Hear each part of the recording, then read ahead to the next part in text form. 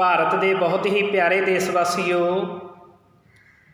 ਅੱਜ ਆਪ ਜੀ ਦੇ ਨਾਲ ਬਾਬਾ ਸਾਹਿਬ ਡਾਕਟਰ ਭੀਮ ਰਾਓ ਅੰਬੇਦਕਰ ਸਾਹਿਬ ਜੀ ਦੁਆਰਾ ਲਿਖੇ ਗਏ ਭਾਰਤੀ ਸੰਵਿਧਾਨ ਨੂੰ ਲੈ ਕੇ ਹਾਜ਼ਰ ਹੋਇਆ ਹਾਂ। ਸੋ ਆਓ ਆਪਾਂ ਸਾਰੇ ਰਲ ਮਿਲ ਕੇ ਭਾਰਤੀ ਸੰਵਿਧਾਨ ਨੂੰ ਪੜ੍ਹਨ ਦਾ, ਸਮਝਣ ਦਾ ਅਤੇ ਵਿਚਾਰਨ ਦਾ ਯਤਨ ਕਰੀਏ।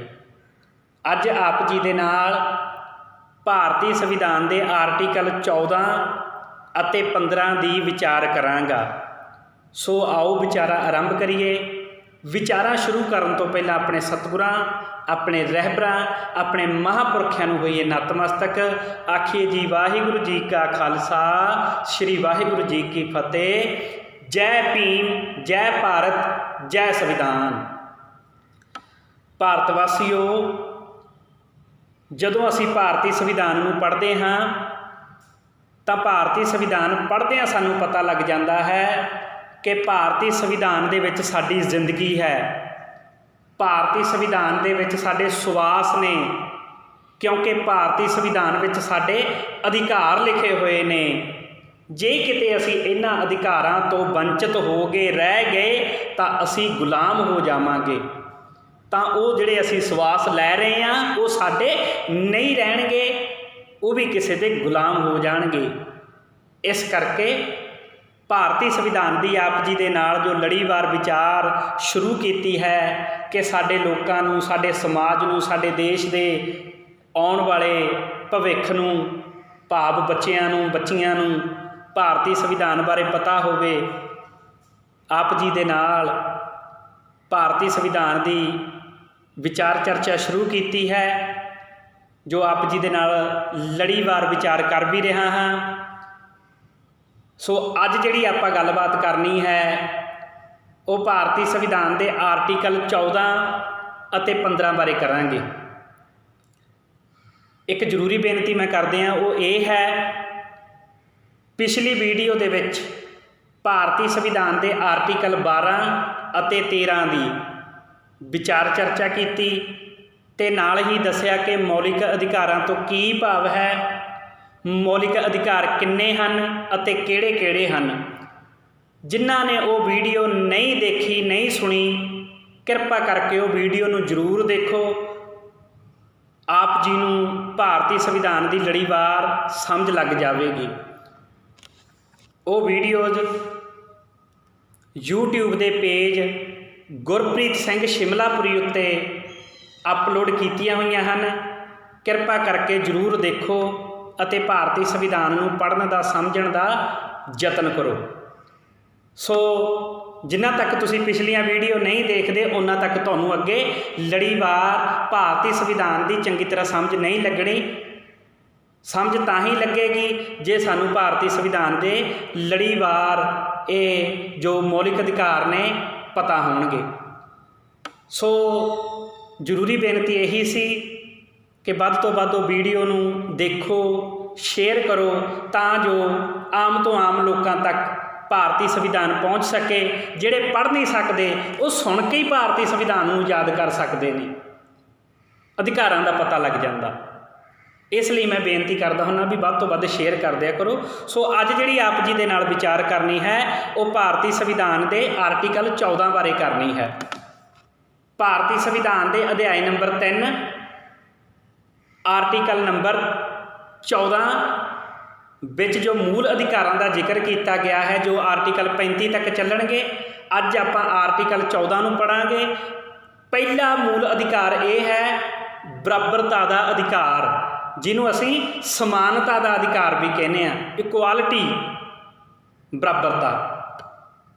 ਸੋ ਇਹ ਆਰਟੀਕਲ 14 ਤੋਂ ਲੈ ਕੇ 18 ਤੱਕ ਬਰਾਬਰਤਾ ਦਾ ਅਧਿਕਾਰ ਚੱਲੇਗਾ। ਆਪਾਂ ਇਸ ਨੂੰ ਸਮਝਣਾ ਹੈ। ਆਓ ਆਪਾਂ ਸ਼ੁਰੂ ਕਰੀਏ। ਆਰਟੀਕਲ 14 ਜੋ ਭਾਰਤੀ ਸੰਵਿਧਾਨ ਵਿੱਚ ਬਾਬਾ ਸਾਹਿਬ ਡਾਕਟਰ ਭੀਮ ਰਾਓ ਅੰਬੇਦਕਰ ਸਾਹਿਬ ਜੀ ਨੇ ਬਹੁਤ ਹੀ ਖੂਬਸੂਰਤ ਕਲਮ ਦੇ ਨਾਲ ਲਿਖਿਆ ਹੈ, ਉਹ ਇਹ ਹੈ ਕਿ ਕਾਨੂੰਨ ਸਾਹਮਣੇ ਸਭ ਬਰਾਬਰ ਹਨ। ਦੇਖੋ ਕਿੱਡੀ ਸੋਹਣੀ ਅਤੇ ਕਿੱਡੀ ਪਿਆਰੀ ਅਤੇ ਕਿੱਡੀ ਕਮਾਲ ਦੀ ਗੱਲ ਲਿਖਦੇ ਨੇ ਬਾਬਾ ਸਾਹਿਬ। ਕਾਨੂੰਨ ਸਾਹਮਣੇ ਸਾਰੇ ਭਾਰਤ ਦੇ ਲੋਕ, ਨਾਗਰਿਕ ਬਰਾਬਰ ਹਨ। ਆਪ ਜੀ ਨੂੰ ਪਤਾ ਕਿ ਜਿਹੜਾ ਭਾਰਤ ਦੇਸ਼ ਹੈ ਉਹ ਕਾਨੂੰਨ ਦੁਆਰਾ ਚਲਾਇਆ ਜਾਂਦਾ ਹੈ ਅਤੇ ਕਾਨੂੰਨ ਦੁਆਰਾ ਚੱਲ ਰਿਹਾ ਹੈ। ਜੋ ਭਾਰਤੀ ਸੰਵਿਧਾਨ ਨੇ ਕਾਨੂੰਨ ਦੀਆਂ ਵਿਧੀਆਂ ਬਣਾਈਆਂ ਨੇ, ਭਾਰਤੀ ਸੰਵਿਧਾਨ ਮੁਤਾਬਕ ਦੇਸ਼ ਚੱਲ ਰਿਹਾ ਹੈ ਅਤੇ ਭਾਰਤੀ ਸੰਵਿਧਾਨ ਹੀ ਕਹਿ ਰਿਹਾ ਹੈ ਭਾਰਤ ਦਾ ਕੋਈ ਵੀ ਨਾਗਰਿਕ ਇਸ ਬਰਾਬਰਤਾ ਦੇ ਅਧਿਕਾਰ ਤੋਂ ਵੰਚਿਤ ਨਹੀਂ ਰਹੇਗਾ, ਸਾਰਿਆਂ ਨੂੰ ਬਰਾਬਰ ਦਾ ਅਧਿਕਾਰ ਦਿੱਤਾ ਜਾਏਗਾ। ਇਹ ਭਾਰਤੀ ਸੰਵਿਧਾਨ ਦੇ ਆਰਟੀਕਲ 14 ਦੇ ਵਿੱਚ ਬਾਬਾ ਸਾਹਿਬ ਡਾਕਟਰ ਭੀਮ ਰਾਓ ਅੰਬੇਦਕਰ ਸਾਹਿਬ ਜੀ ਲਿਖਦੇ ਹਨ। ਸੋ 14 ਦੇ ਵਿੱਚ ਹੀ ਅੱਗੇ ਲਿਖਦੇ ਨੇ, ਰਾਜ ਭਾਰਤ ਦੇ ਰਾਜ, ਭਾਵ ਕੇਂਦਰ ਸਰਕਾਰ ਔਰ ਸਟੇਟ ਸਰਕਾਰਾਂ, ਰਾਜ ਸਰਕਾਰਾਂ। ਰਾਜ ਭਾਰਤ ਦੇ ਰਾਜ ਖੇਤਰ ਵਿੱਚ, ਭਾਵ ਪੂਰੇ ਨਕਸ਼ੇ ਵਿੱਚ ਜਿੱਥੇ ਵੀ ਲੋਕ ਰਹਿੰਦੇ ਨੇ, ਰਾਜ ਭਾਰਤ ਦੇ ਰਾਜ ਖੇਤਰ ਵਿੱਚ ਕਿਸੇ ਵਿਅਕਤੀ ਨੂੰ ਕਾਨੂੰਨ ਸਾਹਮਣੇ ਬਰਾਬਰੀ ਜਾਂ ਕਾਨੂੰਨੀ ਸੁਰੱਖਿਆ ਤੋਂ ਵੰਚਿਤ ਨਹੀਂ ਕਰੇਗਾ। ਰਾਜ ਭਾਵ ਰਾਜ ਖੇਤਰ ਦੇ ਵਿੱਚ ਜਿੰਨੇ ਵੀ ਲੋਕ ਆਉਂਦੇ ਨੇ, ਸੈਂਟਰ ਦੀ ਸਰਕਾਰ, ਰਾਜ ਦੀਆਂ ਸਰਕਾਰਾਂ ਭਾਰਤ ਦੇ ਵਿੱਚ ਭਾਰਤ ਦੇ ਨਾਗਰਿਕਾਂ ਨੂੰ ਕਹਿ ਰਹੀਆਂ ਨੇ, ਆਖ ਰਹੀਆਂ ਨੇ ਕਿ ਤੁਹਾਨੂੰ ਬਰਾਬਰੀ ਅਤੇ ਕਾਨੂੰਨੀ ਸੁਰੱਖਿਆ ਤੋਂ ਵੰਚਿਤ ਨਹੀਂ ਕੀਤਾ ਜਾਏਗਾ, ਦੂਰ ਨਹੀਂ ਕੀਤਾ ਜਾਏਗਾ। ਤੁਹਾਨੂੰ ਵੀ ਬਰਾਬਰੀ ਦਾ ਅਧਿਕਾਰ ਮਿਲੇਗਾ, ਤੁਹਾਨੂੰ ਵੀ ਕਾਨੂੰਨੀ ਸੁਰੱਖਿਆ ਦਾ ਅਧਿਕਾਰ ਮਿਲੇਗਾ, ਦਿੱਤਾ ਜਾਵੇਗਾ। ਇਹ ਭਾਰਤੀ ਸੰਵਿਧਾਨ ਕਹਿ ਰਿਹਾ ਕਿ ਰਾਜ ਸਰਕਾਰਾਂ ਕਾਨੂੰਨ, ਬਰਾਬਰੀ ਦਾ ਅਧਿਕਾਰ ਅਤੇ ਕਾਨੂੰਨੀ ਸੁਰੱਖਿਆ ਇਹ ਭਾਰਤ ਦੇ ਲੋਕਾਂ ਨੂੰ ਮੁਹੱਈਆ ਕਰਵਾਵੇਗੀ। ਇਹ ਹੈ ਆਰਟੀਕਲ 14। ਦੇਖੋ ਬਾਬਾ ਸਾਹਿਬ ਜੀ ਕਿੱਡਾ ਵੱਡਾ ਪਰਉਪਕਾਰ ਕਰਦੇ ਨੇ ਸਾਡੇ 'ਤੇ। ਸਾਨੂੰ ਬਰਾਬਰ ਨਹੀਂ ਸੀ ਸਮਝਿਆ ਜਾਂਦਾ ਨਾ, ਸਾਨੂੰ ਉਹ ਕਾਨੂੰਨੀ ਸੁਰੱਖਿਆ ਨਹੀਂ ਸੀ ਮਿਲਦੀ ਜਿਹੜੀ ਬਾਕੀਆਂ ਨੂੰ ਮਿਲਦੀ ਸੀ। ਸਾਡੀਆਂ ਧੀਆਂ, ਬੱਚੀਆਂ, ਭੈਣਾਂ, ਮਾਵਾਂ ਦੇ ਨਾਲ ਬੁਰਾ ਸਲੂਕ ਕੀਤਾ ਜਾਂਦਾ ਸੀ, ਭੈੜਾ ਵਿਵਹਾਰ ਕੀਤਾ ਜਾਂਦਾ ਸੀ ਅਤੇ ਸਾਡੀ ਕੋਈ ਰਾਜਾ, ਕੋਈ ਅਹਿਲਕਾਰ, ਕੋਈ ਮੰਤਰੀ ਪੁਕਾਰ ਨਹੀਂ ਸੀ ਸੁਣਦਾ। ਇਸ ਕਰਕੇ 26 ਜਨਵਰੀ 1950 ਨੂੰ ਜਦੋਂ ਸੰਵਿਧਾਨ ਲਾਗੂ ਹੋਇਆ, ਉਹ ਤੋਂ ਪਹਿਲਾਂ ਹੀ ਬਾਬਾ ਸਾਹਿਬ ਨੇ ਸੰਵਿਧਾਨ ਵਿੱਚ ਇਹ ਗੱਲ ਲਿਖ ਦਿੱਤੀ ਕਿ ਇਹਨਾਂ ਲੋਕਾਂ ਨੂੰ, ਇੱਥੇ ਕਿਸੇ ਜਾਤ ਦਾ, ਕਿਸੇ ਗੋਤ ਦਾ, ਕਿਸੇ ਧਰਮ ਦਾ ਜ਼ਿਕਰ ਨਹੀਂ ਕੀਤਾ, ਇਹਨਾਂ ਲੋਕਾਂ ਨੂੰ ਭਾਵ ਭਾਰਤ ਦੇ ਸਾਰੇ ਲੋਕਾਂ ਨੂੰ ਬਰਾਬਰ ਦਾ ਅਧਿਕਾਰ ਮਿਲੇਗਾ ਅਤੇ ਕਾਨੂੰਨੀ ਸੁਰੱਖਿਆ ਮਿਲੇਗੀ। ਇੱਥੋਂ ਫਿਰ ਸੋਚ ਕੇ ਵੇਖਿਓ ਕਿ ਬਾਬਾ ਸਾਹਿਬ ਇਕੱਲੇ ਦਲਿਤਾਂ ਦੇ ਮਸੀਹਾ ਨਹੀਂ, ਬਾਬਾ ਸਾਹਿਬ ਇਕੱਲੇ ਅਛੂਤਾਂ ਦੇ ਨੇਤਾ ਨਹੀਂ, ਉਹ ਪੂਰੇ ਭਾਰਤ ਦੇ ਮਸੀਹਾ ਅਤੇ ਨੇਤਾ ਨੇ, ਕਿਉਂਕਿ ਇਹ ਅਧਿਕਾਰ ਪੂਰੇ ਭਾਰਤ ਨੂੰ ਦਿੱਤੇ ਨੇ ਬਾਬਾ ਸਾਹਿਬ ਦੇ ਸੰਵਿਧਾਨ ਨੇ। ਸੋ ਇਹ ਸੀ ਭਾਰਤੀ ਸੰਵਿਧਾਨ ਦਾ ਆਰਟੀਕਲ 14। ਅੱਗੇ ਆਪਾਂ ਭਾਰਤੀ ਸੰਵਿਧਾਨ ਦਾ ਆਰਟੀਕਲ 15 ਪੜ੍ਹਦੇ ਹਾਂ। ਇਹਦੇ ਵਿੱਚ ਲਿਖਦੇ ਨੇ ਧਰਮ। ਆਪ ਜੀ ਨੂੰ ਪਤਾ ਕਿ ਭਾਰਤ ਦੇ ਵਿੱਚ ਬਹੁਤ ਸਾਰੇ ਧਰਮਾਂ ਦੇ ਲੋਕ ਰਹਿ ਰਹੇ ਨੇ, ਉਹਨਾਂ ਨੂੰ ਮੁੱਖ ਰੱਖਦਿਆਂ ਹੋਇਆਂ ਮੂਲ ਵੰਸ਼, ਜਿਹੜੇ ਵੀ ਆਪਣੇ ਵੰਸ਼ ਨਾਲ ਜੁੜੇ ਹੋਏ ਨੇ, ਹੈ ਨਾ, ਜਾਤਾਂ ਨਾਲ ਜੁੜੇ ਲੋਕ, ਲਿੰਗ, ਜਿਵੇਂ ਇਹ ਇਸਤਰੀ ਹੈ, ਇਹ ਮਰਦ ਹੈ, ਇਹ ਮਹੰਤ ਹੈ, ਜਿਹਨੂੰ ਆਪਾਂ ਖੁਸਰਾ ਕਹਿ ਦਿੰਦੇ ਹਾਂ, ਹੀ ਜਿਹੜਾ ਕਹਿ ਦਿੰਦੇ ਹਾਂ, ਸ਼ੀਮੇਲ, ਲੇਡੀ ਬੁਆਏ ਆਖ ਦਿੰਦੇ ਹਾਂ ਨਾ, ਉਹਨਾਂ ਦੀ ਗੱਲ ਕੀਤੀ ਹੈ। ਉਹਨਾਂ ਨੂੰ ਵੀ ਬਾਬਾ ਸਾਹਿਬ ਜੀ ਇਨਕਲੂਡ ਕਰਦੇ ਨੇ, ਉਹਨਾਂ ਨੂੰ ਵੀ ਸ਼ਾਮਲ ਕਰਕੇ ਕਹਿੰਦੇ ਨੇ ਜਾਂ ਜਨਮ ਸਥਾਨ ਭਾਰਤ ਦੇ ਵਿੱਚ ਕਿਤੇ ਵੀ, ਭਾਰਤ ਦੇ ਕਿਸੇ ਵੀ ਨਾਗਰਿਕ ਦਾ ਜਨਮ ਹੋਇਆ ਹੋਵੇ। ਇਹ ਲਾਈਨ ਮੈਂ ਦੁਬਾਰਾ ਤੋਂ ਪੜ੍ਹਦਾ, ਆਪ ਜੀ ਨੂੰ ਚੰਗੀ ਤਰ੍ਹਾਂ ਸਮਝ ਲੱਗੇਗੀ। ਧਰਮ, ਮੂਲ ਵੰਸ਼, ਜਾਤ, ਲਿੰਗ ਜਾਂ ਜਨਮ ਦੇ ਆਧਾਰ 'ਤੇ ਭੇਦਭਾਵ ਕਰਨ ਉੱਤੇ ਪਾਬੰਦੀ। ਤੁਹਾਡੇ ਨਾਲ ਕੋਈ ਵੀ ਭੇਦਭਾਵ ਨਹੀਂ ਕਰੇਗਾ। ਧਰਮ ਦੇ ਨਾਂ 'ਤੇ, ਜਾਤ ਦੇ ਨਾਂ 'ਤੇ, ਲਿੰਗ ਦੇ ਨਾਂ 'ਤੇ, ਜਨਮ ਸਥਾਨ ਦੇ ਨਾਂ 'ਤੇ ਕੋਈ ਤੁਹਾਡੇ ਨਾਲ ਵਿਤਕਰਾ ਨਹੀਂ ਕਰੇਗਾ। ਜੇ ਕੋਈ ਇਹ ਵਿਤਕਰਾ ਕਰੇਗਾ ਤਾਂ ਕਾਨੂੰਨ ਤੁਹਾਡੀ ਸਹਾਇਤਾ ਕਰੇਗਾ ਅਤੇ ਉਸ ਦੋਸ਼ੀ ਉੱਤੇ ਕਾਰਵਾਈ ਕਰੇਗਾ ਅਤੇ ਉਸ ਦੋਸ਼ੀ ਨੂੰ ਸਜ਼ਾ ਦੇਵੇਗਾ ਜੋ ਤੁਹਾਨੂੰ ਇਹਨਾਂ ਅਧਿਕਾਰਾਂ ਤੋਂ ਵੰਚਿਤ ਕਰਦਾ ਹੈ, ਪਰੇਸ਼ਾਨ ਕਰਦਾ ਹੈ ਜਾਂ ਤੁਹਾਡਾ ਸ਼ੋਸ਼ਣ ਕਰਦਾ ਹੈ। ਸੋ ਭਾਰਤੀ ਸੰਵਿਧਾਨ ਨੇ ਸਾਰਿਆਂ ਨੂੰ ਮੁੱਖ ਰੱਖਦਿਆਂ ਹੋਇਆਂ ਇਹ ਆਖ ਦਿੱਤਾ ਕਿ ਭੇਦਭਾਵ ਕਰਨ ਉੱਤੇ ਬਿਲਕੁਲ ਪਾਬੰਦੀ ਲਾ ਦਿੱਤੀ ਵੀ ਕੋਈ ਵੀ ਮਨੁੱਖ ਕਿਸੇ ਪ੍ਰਕਾਰ ਦਾ ਕਿਸੇ ਨਾਲ ਭੇਦਭਾਵ ਨਹੀਂ ਕਰੇਗਾ। ਨਾ ਧਰਮ ਦੇ ਆਧਾਰ 'ਤੇ ਭੇਦਭਾਵ ਕਰੇਗਾ, ਨਾ ਜਾਤ ਦੇ ਆਧਾਰ 'ਤੇ ਕਰੇਗਾ, ਨਾ ਗੋਤ ਦੇ ਆਧਾਰ 'ਤੇ ਕਰੇਗਾ, ਨਾ ਰੰਗ ਦੇ ਆਧਾਰ 'ਤੇ ਕਰੇਗਾ, ਨਾ ਸ਼ਕਲ ਦੇ ਆਧਾਰ 'ਤੇ ਕਰੇਗਾ, ਨਾ ਜਨਮ ਸਥਾਨ ਦੇ ਆਧਾਰ 'ਤੇ ਕਰੇਗਾ। ਸੋ ਮਾਫ਼ ਕਰਨਾ, ਅਸੀਂ ਭਾਰਤੀ ਸੰਵਿਧਾਨ ਦੀਆਂ ਧੱਜੀਆਂ ਉਡਾ ਰਹੇ ਹਾਂ। ਇਹ ਜੀ ਯੂਪੀ ਦਾ ਰਹਿਣ ਵਾਲਾ ਆ ਗਏ ਨਾ ਭੇਦਭਾਵ ਵਾਲੀ ਗੱਲ, ਇਹ ਸਾਡਾ ਥੋੜ੍ਹੀ ਆ। ਪੰਜਾਬੀ ਕਿਤੇ ਚਲੇ ਜਾਵੇ, ਲਾ ਇਹ ਤਾਂ ਪੰਜਾਬ का रहने वाला है, यहीं का थोड़ी ना है। ਹੋਇਆ ਨਾ ਭੇਦਭਾਵ। ਇਹ ਗੁਜਰਾਤੀ ਹੈ ਜੀ, ਇਹ ਹਿਮਾਚਲੀ ਹੈ ਜੀ, ਇਹ ਪੰਜਾਬੀ ਹੈ ਜੀ, ਇਹ ਬਿਹਾਰੀ ਹੈ ਜੀ, ਹੁੰਦੀਆਂ ਨੇ ਨਾ ਗੱਲਾਂ, ਇਹ ਭੇਦਭਾਵ ਵਾਲੀਆਂ ਨੇ। ਕਿਉਂ ਕਰ ਰਹੇ ਹਾਂ? ਅਸੀਂ ਰੱਬ ਲੱਭਣ ਦੀਆਂ ਗੱਲਾਂ ਕਰਦੇ ਹਾਂ, ਇਨਸਾਨ ਹੀ ਰੱਬ ਦਾ ਰੂਪ ਨੇ। ਇਹ ਗੱਲਾਂ ਸਾਨੂੰ ਮੁੱਖ ਰੱਖਣੀਆਂ ਪੈਣਗੀਆਂ। ਸਾਰੇ ਇਨਸਾਨ ਬਰਾਬਰ ਨੇ। ਜੇ ਸਾਡੇ ਗੁਰੂ ਸਾਹਿਬਾਨਾਂ ਨੇ ਕਿਹਾ ਨਾ ਵੀ ਸਾਰੇ ਰੱਬ ਦਾ ਰੂਪ ਨੇ, ਇਹ ਪ੍ਰਕਿਰਤੀ ਹੈ, ਰੱਬ ਦਾ ਰੂਪ ਹੈ ਨਾ, ਉਹਨਾਂ ਨੇ ਬਰਾਬਰਤਾ ਦਾ ਅਧਿਕਾਰ ਸਮਝਾਇਆ ਸਾਨੂੰ। ਅਤੇ ਬਾਬਾ ਸਾਹਿਬ ਜੀ ਇਹਨੂੰ ਕਾਨੂੰਨੀ ਰੂਪ ਦਿੰਦੇ ਨੇ, ਕਹਿੰਦੇ ਹੈਗੇ ਨੇ ਬਈ ਸਾਰਿਆਂ ਨੂੰ ਬਰਾਬਰ ਸਮਝਣਾ ਚਾਹੀਦਾ। ਫਿਰ ਅਸੀਂ ਸਥਾਨ ਦੇ ਆਧਾਰ 'ਤੇ ਇੱਕ ਦੂਜੇ ਨਾਲ ਵਿਤਕਰਾ ਕਰਦੇ ਕਿ ਨਹੀਂ ਕਰਦੇ? ਉਡਾਉਂਦੇ ਸੰਵਿਧਾਨ ਦੀਆਂ ਧੱਜੀਆਂ ਕਿ ਨਹੀਂ ਉਡਾਉਂਦੇ? ਧਰਮ ਦੇ ਆਧਾਰ 'ਤੇ ਅਸੀਂ ਇਹ ਹਿੰਦੂ ਹੈ ਜੀ, ਇਹ ਮੁਸਲਮਾਨ ਹੈ ਜੀ, ਲੈ ਇਹ ਤਾਂ ਕਿਰਪਾਨ ਪਾਈ ਹੋਈ ਹੈ ਨੇ, ਇਹ ਤਾਂ ਸਿੱਖ ਹੈ। ਭੇਦਭਾਵ ਕਰਦੇ ਹਾਂ ਜਾਂ ਨਹੀਂ ਕਰਦੇ? ਇਹ ਜੈਨੀ ਹੈ, ਬੋਧੀ ਹੈ, ਈਸਾਈ ਹੈ, ਪਾਰਸੀ ਹੈ। ਧਰਮ ਦੇ ਆਧਾਰ 'ਤੇ ਅਸੀਂ ਜਾਤਾਂ ਦੇ ਆਧਾਰ 'ਤੇ ਮੇਰੀ ਜਾਤ ਉੱਚੀ ਹੈ, ਚੌੜੇ ਹੋ ਕੇ ਕਹਿੰਦੇ ਹਾਂ, ਤੇਰੀ ਜਾਤ ਨੀਵੀਂ ਹੈ। ਗੋਤ ਦੇ ਆਧਾਰ 'ਤੇ ਸਾਡਾ ਤਾਂ ਜੀ ਫਲਾਨਾ ਗੋਤ ਹੈ, ਅਸੀਂ ਤਾਂ ਫਲਾਨੇ ਗੋਤ ਦੇ ਹੁੰਦੇ ਹਾਂ, ਕਰਦੇ ਹਾਂ ਨਾ ਹੰਕਾਰ। ਕਿਉਂ? ਭਾਰਤੀ ਸੰਵਿਧਾਨ ਕਹਿ ਰਿਹਾ ਨਹੀਂ ਭਾਈ, ਤੁਹਾਨੂੰ ਇਸ ਤਰ੍ਹਾਂ ਨਹੀਂ ਵਿਤਕਰਾ ਕਰਨਾ ਚਾਹੀਦਾ, ਇੱਥੇ ਸਾਰੇ ਬਰਾਬਰ ਨੇ। ਅਤੇ ਜੇ ਸੰਵਿਧਾਨ ਨੇ ਇਹ ਆਖਿਆ ਨਾ, ਤਾਂ ਇਹ ਵੀ ਆਖਿਆ ਵੀ ਜੇ ਤੁਸੀਂ ਐਸਾ ਕਿਸੇ ਇਨਸਾਨ ਨਾਲ ਭੈੜਾ ਵਿਵਹਾਰ ਕਰੋਗੇ ਤਾਂ ਤੁਸੀਂ ਦੋਸ਼ੀ ਪਾਏ ਜਾਓਗੇ। ਉਹ ਅਲੱਗ ਧਾਰਾਵਾਂ ਨੇ।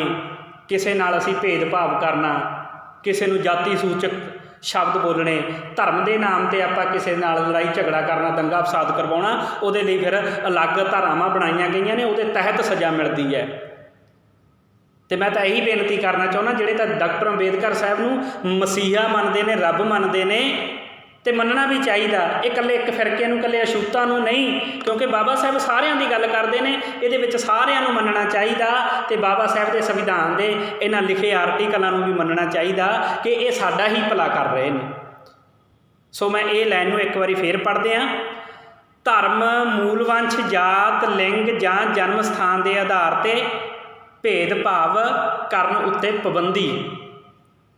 ਅੱਗੇ ਪੁਆਇੰਟ ਪਹਿਲਾ, ਰਾਜ ਕਿਸੇ ਵੀ ਨਾਗਰਿਕ ਵਿਰੁੱਧ, ਰਾਜ ਦੀ ਗੱਲ ਕਰ ਰਹੇ ਨੇ ਸਰਕਾਰਾਂ ਦੀ, ਰਾਜ ਕਿਸੇ ਵੀ ਨਾਗਰਿਕ ਵਿਰੁੱਧ ਕੇਵਲ ਧਰਮ, ਮੂਲਵੰਸ਼, ਜਾਤੀ, ਲਿੰਗ, ਧਰਮ ਸਥਾਨ ਜਾਂ ਇਹਨਾਂ ਵਿੱਚੋਂ ਕਿਸੇ ਵੀ ਆਧਾਰ 'ਤੇ ਕੋਈ ਭੇਦਭਾਵ ਨਹੀਂ ਕਰੇਗਾ। ਜੇ ਲੋਕਾਂ ਨੂੰ ਸਮਝਾਇਆ ਨਾ ਵੀ ਲੋਕੋ, ਹੇ ਨਾਗਰਿਕੋ, ਤੁਸੀਂ ਇੱਕ ਦੂਜੇ ਨਾਲ ਐਸਾ ਵਿਵਹਾਰ ਨਾ ਕਰੋ, ਤੁਸੀਂ ਇੱਕ ਦੂਜੇ ਨਾਲ ਭੇਦਭਾਵ ਨਾ ਕਰੋ, ਇਹ ਲੋਕਾਂ ਨੂੰ ਸਮਝਾਤਾ, ਭਾਰਤ ਦੇ ਨਾਗਰਿਕਾਂ ਨੂੰ ਸਮਝਾਤਾ, ਤਾਂ ਬਾਬਾ ਸਾਹਿਬ ਜੀ ਅਗਲੇ ਪੁਆਇੰਟ ਵਿੱਚ ਸਰਕਾਰ ਨੂੰ ਵੀ ਕਹਿ ਰਹੇ ਨੇ ਕਿ ਸਰਕਾਰ ਵੀ ਇਹਨਾਂ ਨਾਲ ਕਿਸੇ ਤਰ੍ਹਾਂ ਦਾ ਭੇਦਭਾਵ ਨਹੀਂ ਕਰੇਗੀ।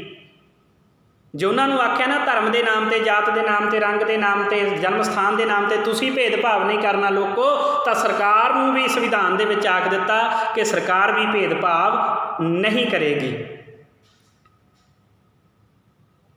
ਇਹ ਆਰਟੀਕਲ 15 ਦਾ ਪੁਆਇੰਟ ਪਹਿਲਾ ਸੀ।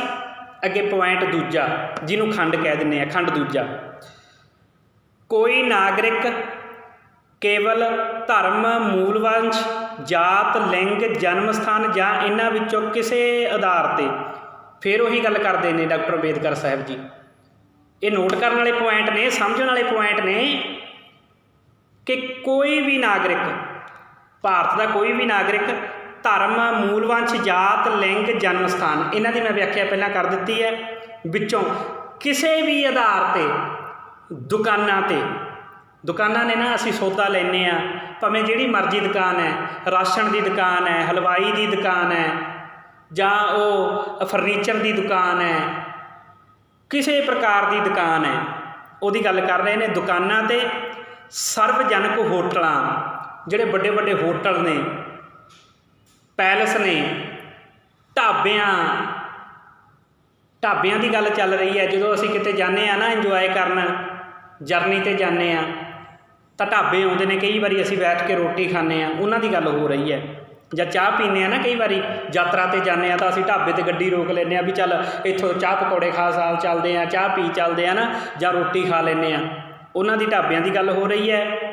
ਹੋਟਲਾਂ ਦੀ ਗੱਲ ਕੀਤੀ ਹੈ, ਉਹਨਾਂ ਹੋਟਲਾਂ ਦੀ, ਉਹਨਾਂ ਢਾਬਿਆਂ ਦੀ ਜਿਹੜੇ ਸਰਵਜਨਕ ਨੇ, ਸਾਰਿਆਂ ਲਈ ਖੁੱਲ੍ਹੇ ਨੇ। ਸਰਵਜਨਕ ਮਨੋਰੰਜਨਾਂ ਦੇ ਸਥਾਨਾਂ, ਜਿਵੇਂ ਪੱਬ ਹੋ ਗਏ, ਕਲੱਬ ਹੋ ਗਏ, ਮਨੋਰੰਜਨ ਕਰਨ ਦੇ ਲਈ, ਸੈਰ ਸਪਾਟਾ ਕਰਨ ਦੇ ਲਈ ਪਾਰਕਾਂ ਹੋ ਗਈਆਂ, ਗਰਾਊਂਡ ਹੋ ਗਏ, ਇਹਨਾਂ ਦੀ ਗੱਲ ਕਰ ਰਹੇ ਨੇ ਬਾਬਾ ਸਾਹਿਬ ਜੀ ਭਾਰਤੀ ਸੰਵਿਧਾਨ ਵਿੱਚ, ਜੋ ਸਾਰਿਆਂ ਦੇ ਲਈ ਸਾਂਝੇ ਨੇ। ਸਰਵਜਨਕ ਮਨੋਰੰਜਨ ਦੇ ਸਥਾਨਾਂ ਵਿੱਚ ਦਾਖਲ ਹੋਣ ਜਾਂ ਰਾਜ ਦੀ ਵਿੱਤੀ ਸਹਾਇਤਾ ਨਾਲ, ਰਾਜ ਦੀ ਭਾਵ ਸਰਕਾਰ ਦੀ ਸਹਾਇਤਾ ਨਾਲ, ਆਮ ਜਨਤਾ ਦੀ ਵਰਤੋਂ ਲਈ ਸਮਰਪਿਤ, ਜਿਹੜੇ ਆਮ ਲੋਕ ਨੇ, ਭਾਰਤ ਦੇ ਆਮ ਨਾਗਰਿਕ ਸਾਰੇ ਆ ਜਾਂਦੇ ਨੇ ਇਹਦੇ ਵਿੱਚ, ਖਾਸ ਵੀ ਆਮ ਵੀ ਸਾਰੇ ਆ ਜਾਂਦੇ ਨੇ। ਆਮ ਜਨਤਾ ਦੀ ਵਰਤੋਂ ਲਈ ਸਮਰਪਿਤ ਖੂਹਾਂ, ਤਲਾਬਾਂ, ਕਿਉਂਕਿ ਖੂਹਾਂ ਤੋਂ ਪਹਿਲਾਂ ਲੋਕ ਪਾਣੀ ਪੀਂਦੇ ਸਨ, ਅੱਜ ਵੀ ਨੇ ਖੂਹ, ਅਸੀਂ ਅੱਜ ਨਲਕੇ ਕਹਿ ਦਿੰਦੇ ਹਾਂ, ਟੈਪ ਕਹਿ ਦਿੰਦੇ ਹਾਂ, ਟੂਟੀਆਂ ਲੱਗੀਆਂ ਨੇ, ਤਲਾਬ ਬਣਾਏ ਹੋਏ ਨੇ, ਹੈ ਨਾ, ਜਿਹਨੂੰ ਸਵੀਮਿੰਗ ਪੂਲ ਕਹਿ ਦਿੰਦੇ ਹਾਂ, ਬਣਾਏ ਹੋਏ ਨੇ, ਜਿਹਦੇ 'ਚ ਤੁਸੀਂ ਪੈਸੇ ਦੇਵੋ ਅਤੇ ਤੈਰ ਕੇ ਆ ਜਾਓ, ਜਿਨ੍ਹਾਂ ਨੂੰ ਤੈਰਨਾ ਆਉਂਦਾ। ਵੈਸੇ ਤਾਂ ਪਾਣੀ ਉਹਨਾਂ ਘੱਟ ਰੱਖਿਆ ਹੁੰਦਾ, ਉਹਨਾਂ ਨੇ ਵੀ ਕੋਈ ਬੰਦਾ ਡੁੱਬ ਨਾ ਸਕੇ, ਪਰ ਫਿਰ ਵੀ ਉਹ ਲੋਕਾਂ ਲਈ ਤਲਾਬ ਉਹਨਾਂ ਨੇ ਬਣਾਏ ਹੋਏ ਨੇ। ਧਾਰਮਿਕ ਸਥਾਨਾਂ 'ਤੇ ਤਲਾਬ ਨੇ, ਸਰੋਵਰ ਕਹਿ ਦਿੰਦੇ ਹਾਂ, ਹੈ ਨਾ, ਅਤੇ ਨਦੀਆਂ ਵੀ ਨੇ, ਨਹਿਰਾਂ ਵੀ ਨੇ, ਜਾਂ ਕਈਆਂ ਨੇ ਸਪੈਸ਼ਲ ਵੀ ਆਮ ਲੋਕਾਂ ਲਈ ਬਣਾਏ ਹੋਏ ਨੇ, ਜਿਨ੍ਹਾਂ ਨੂੰ ਸਵੀਮਿੰਗ ਪੂਲ ਕਹਿ ਦਿੰਦੇ ਹਾਂ। ਉੱਥੇ ਮਨੋਰੰਜਨ ਕਰਨ ਜਾਂਦੇ ਨੇ ਲੋਕ, ਨਹਾਉਣ ਧੋਣ ਜਾਂਦੇ ਨੇ ਆਪਣਾ ਨਾ, ਉਹਨਾਂ ਦੀ ਗੱਲ ਕਰ ਰਹੇ ਨੇ। ਇਸ਼ਨਾਨ ਘਾਟ ਵੀ ਇਹਦੇ ਵਿੱਚ ਆ ਜਾਂਦੇ ਨੇ। ਜਿਵੇਂ ਅਸੀਂ ਯਾਤਰਾ 'ਤੇ ਜਾਈਏ ਤਾਂ ਤੁਹਾਨੂੰ ਪਤਾ ਪਹਾੜਾਂ ਦੇ ਵਿੱਚੋਂ ਝਰਨੇ ਵਗ ਰਹੇ ਨੇ, ਉੱਥੇ ਜਿਹੜਾ ਆਉਂਦਾ ਨਹਾ ਤੁਰਦਾ, ਜਿਹੜਾ ਆਉਂਦਾ ਪਾਣੀ ਦੀ ਬੋਤਲ ਭਰ ਲੈਂਦਾ, ਉਹਨਾਂ ਦੀ ਵੀ ਗੱਲ ਕਰ ਰਹੇ ਨੇ। ਇਸ਼ਨਾਨ ਘਾਟਾਂ, ਸੜਕਾਂ ਜੋ ਸਰਕਾਰ ਨੇ ਬਣਾਈਆਂ ਨੇ, ਸੜਕਾਂ ਅਤੇ ਸਰਵਜਨਕ ਸਮਾਗਮਾਂ ਦੇ ਸਥਾਨਾਂ ਦੀ ਵਰਤੋਂ। ਸਰਵਜਨਕ ਸਮਾਗਮਾਂ, ਕੋਈ ਧਾਰਮਿਕ ਹੋਵੇ, ਰਾਜਨੀਤਿਕ ਹੋਵੇ, ਸਮਾਜਿਕ ਹੋਵੇ, ਜਿਹਦੇ ਵਿੱਚ ਸਾਰੇ ਲੋਕ ਆਮ ਜਾਂਦੇ ਆਉਂਦੇ ਰਹਿਣ, ਉਹਨਾਂ ਦੀ ਗੱਲ ਹੋ ਰਹੀ ਹੈ। ਕਿਸੇ ਦੇ ਸਪੈਸ਼ਲ ਦੀ ਨਹੀਂ ਗੱਲ ਹੋ ਰਹੀ, ਜਿਵੇਂ ਕਿਸੇ ਨੇ ਵਿਆਹ ਕੀਤਾ ਹੋਵੇ, ਕੁੜੀ ਦਾ ਵਿਆਹ ਰੱਖਿਆ ਹੋਵੇ, ਉਹਨਾਂ ਨੇ 11 ਜਾਲੇ ਬਣਾਏ ਆ ਅਤੇ ਸਾਰਾ ਪਿੰਡ ਇਕੱਠਾ ਹੋ ਕੇ ਤੁਰ ਜਾਵੇ, ਨਹੀਂ ਜੀ ਇਹ ਤਾਂ ਸਾਰਿਆਂ ਲਈ ਆ, ਨਹੀਂ, ਉਹਨਾਂ ਦੀ ਨਹੀਂ, ਜੋ ਸਾਰਿਆਂ ਲਈ ਬਰਾਬਰ ਨੇ, ਜੋ ਸਰਕਾਰ ਦੀ ਸਹਾਇਤਾ ਨਾਲ ਬਣਾਏ ਗਏ ਨੇ ਜਾਂ ਆਮ ਲੋਕਾਂ ਦੀ ਵਰਤੋਂ ਲਈ ਬਣਾਏ ਗਏ ਨੇ, ਉਹਨਾਂ ਦੀ ਗੱਲ ਹੋ ਰਹੀ ਹੈ। ਸਰਵਜਨਕ, ਮੈਂ ਇੱਕ ਵਾਰੀ ਪੂਰਾ ਫੇਰ ਇਹਨੂੰ ਆਰਟੀਕਲ ਨੂੰ ਪੜ੍ਹਦੇ ਹਾਂ ਤਾਂ ਜੋ ਚੰਗੀ ਤਰ੍ਹਾਂ ਤੁਹਾਨੂੰ ਸਮਝ ਲੱਗ ਜਾਵੇ। ਕੋਈ ਨਾਗਰਿਕ ਕੇਵਲ ਧਰਮ, ਮੂਲ, ਵੰਸ਼, ਜਾਤ, ਲਿੰਗ, ਜਨਮ ਸਥਾਨ ਜਾਂ ਇਹਨਾਂ ਵਿੱਚੋਂ ਕਿਸੇ ਵੀ ਆਧਾਰ 'ਤੇ ਦੁਕਾਨਾਂ, ਸਰਵਜਨਕ ਹੋਟਲਾਂ, ਢਾਬਿਆਂ, ਸਰਵਜਨਕ ਮਨੋਰੰਜਨਾਂ ਦੇ ਸਥਾਨਾਂ ਵਿੱਚ ਦਾਖਲ ਹੋਣ ਜਾਂ ਰਾਜ ਦੀ ਵਿੱਤੀ ਸਹਾਇਤਾ ਨਾਲ ਜਾਂ ਆਮ ਜਨਤਾ ਦੀ ਵਰਤੋਂ ਲਈ ਸਮਰਪਿਤ ਖੂਹਾਂ, ਤਲਾਬਾਂ, ਇਸ਼ਨਾਨ ਘਾਟਾਂ, ਸੜਕਾਂ ਅਤੇ ਸਰਵਜਨਕ ਸਮਾਗਮਾਂ ਦੇ ਸਥਾਨਾਂ ਦੀ ਵਰਤੋਂ ਲਈ ਸਭ ਲਈ ਬਰਾਬਰ ਖੁੱਲ੍ਹ ਹੋਵੇਗੀ। ਇਹ ਸਾਰਿਆਂ ਲਈ ਖੁੱਲ੍ਹੇ ਹੋਣਗੇ ਜਿਨ੍ਹਾਂ ਦੀ ਉੱਪਰ ਗੱਲ ਕੀਤੀ ਆ। ਢਾਬੇ ਹੋਣ, ਹੋਟਲ ਹੋਣ, ਸੜਕਾਂ ਹੋਣ, ਖੂਹ ਹੋਣ, ਤਲਾਬ ਹੋਣ, ਜੋ ਸਾਰਿਆਂ ਲਈ ਨੇ। ਉੱਥੇ ਭਾਰਤ ਦਾ ਹਰ ਇੱਕ ਨਾਗਰਿਕ ਵੀ ਜਾ ਸਕਦਾ, ਇਹ ਭਾਰਤੀ ਸੰਵਿਧਾਨ ਨੇ ਆਖ ਦਿੱਤਾ ਹੈ।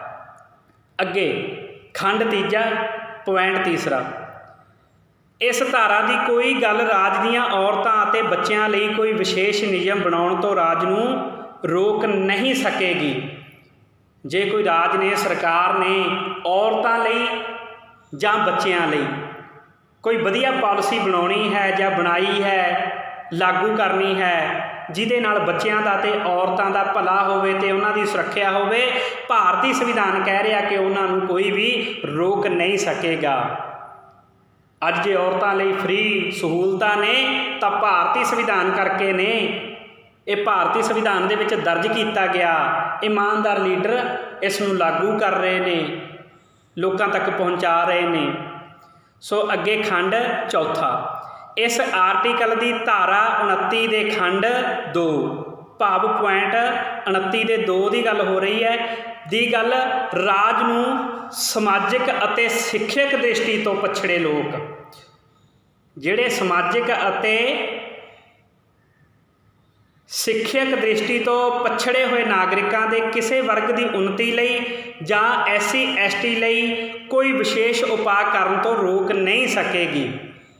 ਇੱਥੇ ਭਾਰਤੀ ਸੰਵਿਧਾਨ ਦੇ ਆਰਟੀਕਲ 15 ਖੰਡ ਚੌਥੇ ਭਾਵ ਪੁਆਇੰਟ ਚੌਥੇ ਵਿੱਚ ਬਾਬਾ ਸਾਹਿਬ ਜੀ ਲਿਖਦੇ ਨੇ ਕਿ ਭਾਰਤੀ ਸੰਵਿਧਾਨ ਦਾ ਇੱਕ ਆਰਟੀਕਲ 29 ਹੈ, 29 ਦਾ ਖੰਡ ਦੂਜਾ ਹੈ ਭਾਵ ਪੁਆਇੰਟ ਦੂਜਾ ਹੈ, ਜਿਸ ਵਿੱਚ ਇਹ ਗੱਲ ਲਿਖੀ ਹੋਈ ਹੈ ਕਿ ਰਾਜ ਤੋਂ ਸਹਾਇਤਾ ਪ੍ਰਾਪਤ ਕਰਨ ਵਾਲੀ ਕਿਸੇ ਸਿੱਖਿਆ ਸੰਸਥਾ ਵਿੱਚ ਦਾਖਲੇ ਲਈ ਕਿਸੇ ਵੀ ਨਾਗਰਿਕ ਨੂੰ ਕੇਵਲ ਸਭਾ, ਮੂਲ ਵੰਸ਼, ਜਾਤ, ਭਾਸ਼ਾ ਜਾਂ ਇਹਨਾਂ ਵਿੱਚੋਂ ਕਿਸੇ ਵੀ ਆਧਾਰ 'ਤੇ ਵੰਚਿਤ ਨਹੀਂ ਕੀਤਾ ਜਾਏਗਾ। ਉਹਨੂੰ ਨਾਲ ਰੱਖ ਕੇ ਬਾਬਾ ਸਾਹਿਬ ਜੀ ਲਿਖ ਰਹੇ ਨੇ, ਕਹਿੰਦੇ ਜਿਹੜੇ SC ਲੋਕ ਨੇ, ਜਿਨ੍ਹਾਂ ਨੂੰ ਸ਼ਡਿਊਲ ਕਾਸਟ ਦੇ ਲੋਕ ਕਹਿੰਦੇ ਆ, ਜਿਹੜੇ ST ਲੋਕ ਨੇ ਜਿਨ੍ਹਾਂ ਨੂੰ ਸ਼ਡਿਊਲ ਟਰਾਈਬਜ਼ ਕਹਿੰਦੇ ਆ, ਜਾਂ ਜਿਹੜੇ ਪਛੜੇ ਲੋਕ ਨੇ, ਜਿਹੜੇ ਸਮਾਜਿਕ ਤੌਰ 'ਤੇ ਅਤੇ ਸਿੱਖਿਅਕ ਤੌਰ 'ਤੇ ਪਛੜੇ ਹੋਏ ਲੋਕ ਨੇ, ਉਹਨਾਂ ਲਈ ਵਿਸ਼ੇਸ਼ ਉਪਾਅ ਕਰਨ ਤੋਂ ਕੋਈ ਵੀ ਰੋਕ ਨਹੀਂ ਸਕੇਗਾ। ਇਹ ਭਾਰਤੀ ਸੰਵਿਧਾਨ ਨੇ ਲਿਖ ਦਿੱਤਾ ਤੇ ਦਰਜ ਕਰ ਦਿੱਤਾ। ਜਿਵੇਂ ਹੁਣ ਆਰਕਸ਼ਣ ਹੈ, ਆਰਕਸ਼ਣ ਚਲਾਇਆ ਕਿ ਜਿਹੜੇ ਗਰੀਬ ਲੋਕ SC ST ਜਾਂ ਹੋਰ ਜਿਹੜੇ ਪਛੜੇ ਲੋਕ ਨੇ ਸਿੱਖਿਅਕ ਦ੍ਰਿਸ਼ਟੀ ਤੋਂ, ਸਮਾਜਿਕ ਦ੍ਰਿਸ਼ਟੀ ਤੋਂ, ਉਹਨਾਂ ਨੂੰ ਬਰਾਬਰ ਲਿਆਉਣ ਲਈ ਆਰਕਸ਼ਣ ਦਿੱਤਾ ਗਿਆ। ਉਹਨਾਂ ਦੇ ਬੱਚੇ ਪੜ੍ਹਾਈ ਕਰਨਗੇ, ਪੜ੍ਹਾਈ ਤੋਂ ਬਾਅਦ ਨੌਕਰੀਆਂ ਲੈਣ ਜੋਗੇ ਹੋਣਗੇ, ਕਾਬਲ ਬਣਨਗੇ ਅਤੇ ਫਿਰ ਉਹਨਾਂ ਨੂੰ ਨੌਕਰੀਆਂ ਮਿਲਣਗੀਆਂ ਅਤੇ ਨੌਕਰੀਆਂ ਮਿਲਣ ਕੇ ਉਹ ਬਰਾਬਰ ਹੋਣਗੇ। ਇੱਕ ਸਿੱਖਿਅਕ ਪੱਖੋਂ ਬਰਾਬਰ ਅਤੇ ਦੂਜਾ ਸਮਾਜਿਕ ਤੌਰ 'ਤੇ ਬਰਾਬਰ ਹੋ ਜਾਣਗੇ। ਜਦੋਂ ਨੌਕਰੀ ਮਿਲਦੀ ਆ, 4 ਪੈਸੇ ਆਉਂਦੇ ਆ ਤਾਂ ਜੀਵਨ ਵਧੀਆ ਲੰਘਦਾ ਬੰਦੇ ਦਾ, ਮਨੁੱਖ ਦਾ। ਇਹ ਭਾਰਤੀ ਸੰਵਿਧਾਨ ਨੇ ਜੋ ਵਿਵਸਥਾ ਹੈ ਇਹ ਸਾਨੂੰ ਇਹਦੇ ਵਿੱਚ ਦੱਸ ਦਿੱਤੀ ਕਿ SC ST ਪਛੜੇ ਲੋਕ ਜਿਹੜੇ ਸਮਾਜਿਕ ਅਤੇ ਸਿੱਖਿਆ ਤੋਂ ਬਹੁਤ ਡਾਊਨ ਨੇ, ਬਹੁਤ ਲੋ ਨੇ, ਉਹਨਾਂ ਲਈ ਵਿਸ਼ੇਸ਼ ਉਪਾਅ ਬਣਾਇਆ ਜਾ ਸਕਦਾ ਹੈ ਅਤੇ ਬਣਾਏ ਵੀ ਨੇ। ਜਿਵੇਂ ਆਰਕਸ਼ਣ ਆਇਆ, ਸਕੋਲਰਸ਼ਿਪ ਆਇਆ, ਬੱਚਿਆਂ ਨੇ ਪੜ੍ਹਿਆ, ਬੱਚਿਆਂ ਨੇ ਉਹਦਾ ਆਨੰਦ ਲਿਆ, ਉਸ ਆਰਕਸ਼ਣ ਨੂੰ, ਉਸ ਸਕੋਲਰਸ਼ਿਪ ਨੂੰ ਮੁੱਖ ਰੱਖ ਕੇ ਉਹਨਾਂ ਨੇ ਵੱਡੀਆਂ ਪੜ੍ਹਾਈਆਂ ਕੀਤੀਆਂ, ਨੌਕਰੀਆਂ 'ਤੇ ਲੱਗੇ ਅਤੇ ਆਪਣਾ ਜੀਵਨ ਵਧੀਆ ਬਤੀਤ ਕੀਤਾ। ਇਹ ਭਾਰਤੀ ਸੰਵਿਧਾਨ ਦੀ ਦੇਣ ਹੈ, ਭਾਰਤੀ ਸੰਵਿਧਾਨ ਦੇ ਵਿੱਚ ਲਿਖਿਆ। ਸੋ ਸਾਨੂੰ ਸਮਝਣਾ ਚਾਹੀਦਾ ਹੈ। ਸੋ ਅੱਗੇ ਭਾਰਤੀ ਸੰਵਿਧਾਨ ਦੇ ਆਰਟੀਕਲ 15 ਖੰਡ 5 ਵਿੱਚ ਭਾਵ ਪੁਆਇੰਟ 5 ਦੇ ਵਿੱਚ ਲਿਖਦੇ ਨੇ, ਇਸ ਧਾਰਾ ਜਾਂ ਧਾਰਾ 19 ਦੇ ਖੰਡ 1 ਦੇ ਉਪਖੰਡ ਦੀ ਕੋਈ ਵੀ ਗੱਲ ਰਾਜ ਨੂੰ ਸਮਾਜਿਕ ਅਤੇ ਸਿੱਖਿਅਕ ਦ੍ਰਿਸ਼ਟੀ ਤੋਂ ਪਿਛੜੇ ਹੋਏ ਨਾਗਰਿਕਾਂ ਦੇ ਕਿਸੇ ਵੀ ਵਰਗ ਦੀ ਤਰੱਕੀ ਲਈ ਜਾਂ, ਇੱਥੇ ਨੋਟ ਕਰਨ ਵਾਲਾ ਪੁਆਇੰਟ ਹੈ, ਸਮਾਜਿਕ ਅਤੇ ਸਿੱਖਿਆ ਦ੍ਰਿਸ਼ਟੀ ਤੋਂ ਪਿਛੜੇ ਹੋਏ ਨਾਗਰਿਕਾਂ ਦੇ ਕਿਸੇ ਵਰਗ ਦੀ ਤਰੱਕੀ ਲਈ ਜਾਂ SC ਜਾਂ ST ਲਈ ਕਾਨੂੰਨ ਦੁਆਰਾ ਕੋਈ ਵਿਸ਼ੇਸ਼ ਉਪਾਅ ਕਰਨ ਤੋਂ ਰੋਕ ਨਹੀਂ ਸਕੇਗੀ। ਪਹਿਲੀ ਜਿਹੜੀ ਗੱਲ ਕੀਤੀ ਸੀ 29 ਆਰਟੀਕਲ ਦੇ ਖੰਡ 2 ਦੀ ਗੱਲ ਕੀਤੀ ਸੀ, ਇੱਥੇ ਆਰਟੀਕਲ 19 ਦੇ ਖੰਡ 2 ਦੀ ਗੱਲ ਹੋ ਰਹੀ ਹੈ। ਮਾਫ਼ ਕਰਨਾ, ਖੰਡ 1 ਦੀ ਗੱਲ ਹੋ ਰਹੀ ਹੈ।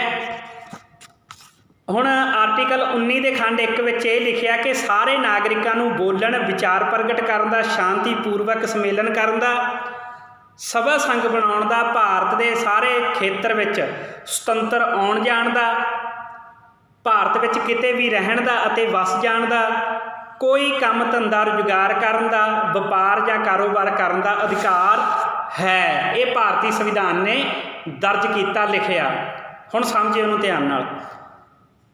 ਇਸ ਧਾਰਾ ਜਾਂ ਧਾਰਾ 19 ਦੇ ਖੰਡ 1 ਜਿਹੜੀ ਆਪਾਂ ਹੁਣ ਗੱਲ ਪੜ੍ਹੀ ਹੈ, ਉਪਖੰਡ ਦੀ ਕੋਈ ਵੀ ਗੱਲ ਰਾਜ ਨੂੰ ਸਰਕਾਰ ਨੂੰ ਸਮਾਜਿਕ ਅਤੇ ਸਿੱਖਿਆ ਦ੍ਰਿਸ਼ਟੀ ਤੋਂ ਪਛੜੇ ਹੋਏ ਨਾਗਰਿਕਾਂ ਦੇ ਕਿਸੇ ਵਰਗ ਦੀ ਤਰੱਕੀ ਲਈ ਜਾਂ SC schedule caste, ST schedule tribes ਲਈ, ਜਿਨ੍ਹਾਂ ਨੂੰ ਆਦੀਵਾਸੀ ਕਹਿ ਦਿੰਦੇ ਆ, ਕਾਨੂੰਨ ਦੁਆਰਾ ਕੋਈ ਵਿਸ਼ੇਸ਼ ਉਪਾਅ ਕਰਨ ਤੋਂ ਰੋਕ ਨਹੀਂ ਸਕੇਗੀ। ਇਹ ਭਾਰਤੀ ਸੰਵਿਧਾਨ ਨੇ ਇਹਨਾਂ ਨੂੰ ਆਖਿਆ ਕਿ ਤੁਸੀਂ ਇਹਨਾਂ ਨੂੰ ਸਮਾਜਿਕ ਅਤੇ ਆਰਥਿਕ ਤੌਰ 'ਤੇ ਭਾਵ ਸਿੱਖਿਅਕ ਤੌਰ 'ਤੇ ਬਰਾਬਰ ਕਰਨ ਲਈ ਉਪਾਅ ਬਣਾਓ, ਤੁਹਾਨੂੰ ਕੋਈ ਵੀ ਰੋਕ ਨਹੀਂ ਸਕੇਗਾ।